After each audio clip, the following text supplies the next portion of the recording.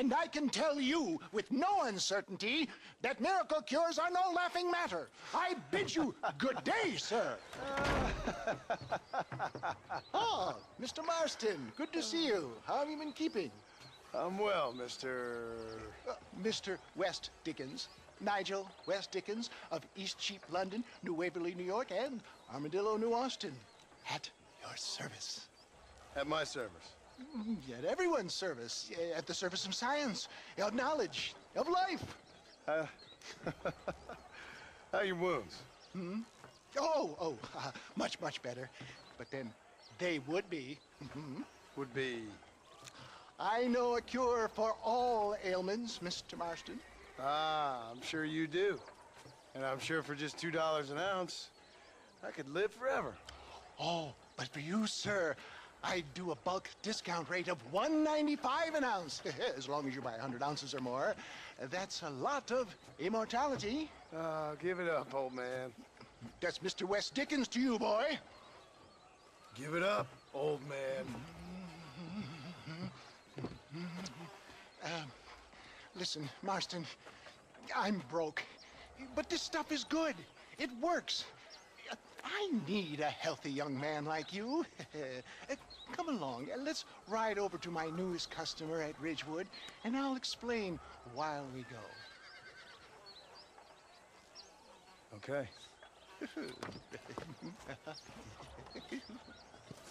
All right, John, let us make haste for Ridgewood Farm.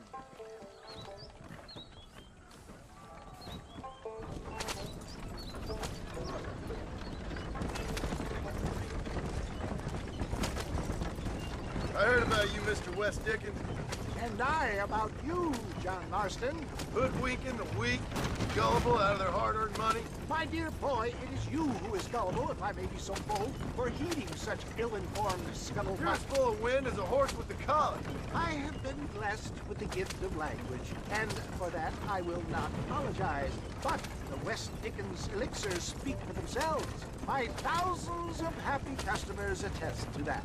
Those men trying to kill you didn't look so happy. If my tonic is such a sham, how do you explain the fine fettle in which you find me? Last time you saw me, I was knocking at death's door. You should thank the doctor for that. I reckon you were acting it up worse than it was. Act I can, John. A more convincing Othello there has never been. And so shall you, a fair Iago or Cassio make. I don't like the sound of this. Showmanship, Johon. The flourish. The bow. Get back on the road. We'll have nothing left by the time we get to Ridgewood. We are operating in a competitive marketplace. Our product must stand out. And how does this involve me? We're going to use your God-given talents to our advantage. I'm really starting to regret I'll drop this. you off at the outskirts of Ridgewood. That way, it won't look like we came together. Once I'm set up, saunter nonchalantly into the crowd that is sure to be formed. Eventually, I will call you up to try my tonic. After extolling the virtues, I will have you perform a few feats of wonder to amaze and impress the paying public. Such as? Oh, nothing out of the ordinary for a man in your line of work, I assure you. Best you alight here, dear boy, so no one sees us arriving together. I'll see you there.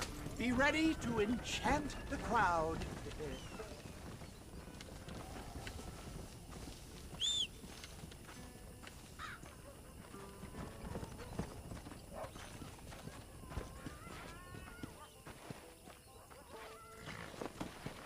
Let's go.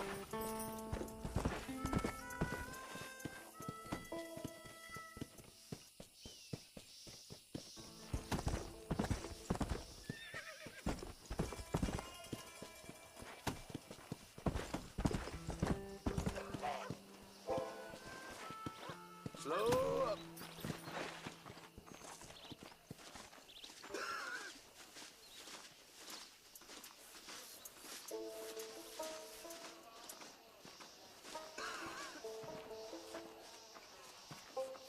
Ladies, gentlemen, this right here is the result of years of medical research. What do you want to tell me that for? friends, hard-working souls of Cholla Springs, gather round, gather round. Do you suffer from rheumatism, lumbago, acute chronic sciatic, neurologic, or inflammatory pain?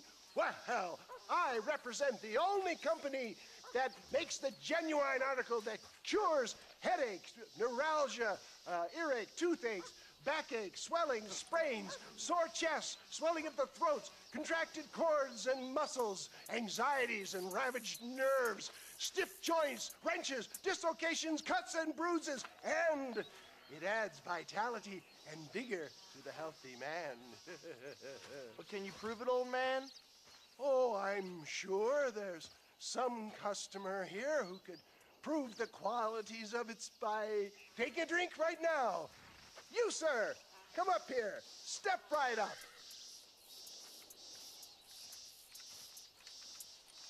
That's the spirit. Ladies and gentlemen, pay close attention. This poor, wretched volunteer, entirely unknown to me, will demonstrate the effects of Dr. West Dickens' own patent tonic.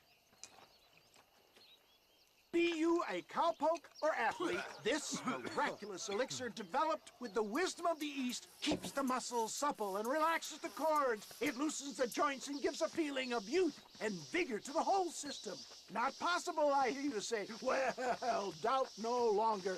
Faith can move mountains, but I ask not for faith. I am a man of science, and today science will be vindicated. Your eyesight is greatly improved. Is that not so, friend? If you say so. That's right, it is. You heard him. What a good sport you are, sir. Now, gaze over yonder at that porch. If you squint, you may just be able to make out the skull that's hanging there. Go ahead, friend. Shoot that skull and demonstrate the miraculous eyesight you now possess.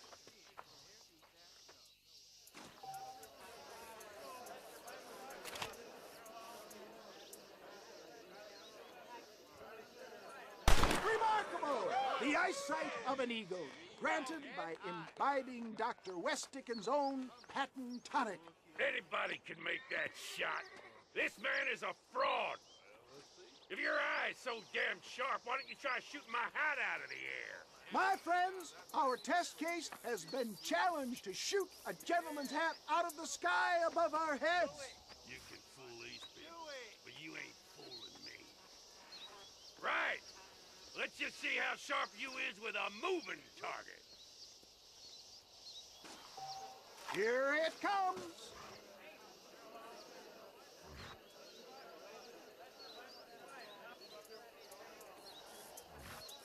Go home! Have you ever seen such an eye? Behold the power of the elixir, plucked out of the sky. Hey! Hey! What? You think you can put a hole in a man's hat and just walk away, do you? Hey, it don't work like that around here, mister. Come on! Are you a man or not? A challenge of battle has been offered to our volunteer. Prepare for a display of Herculean brawn.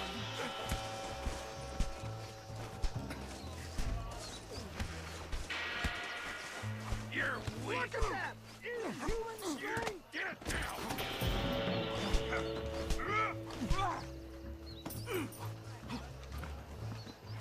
Is this how you want it? Let's see what you got.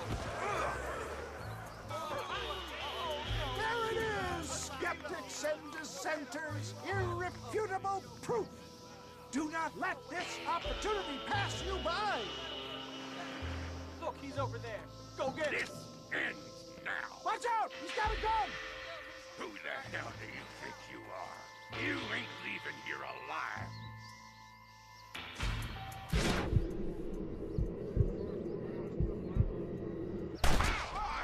Marvelous shot, dear boy.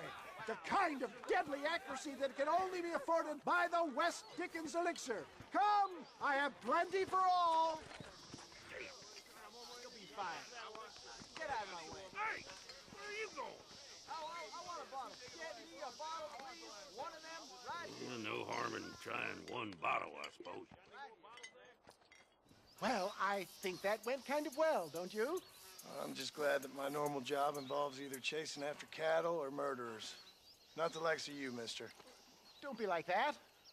Now, if you'll excuse me, I'd like to say my goodbyes, head on back to the real world. Wait, sir.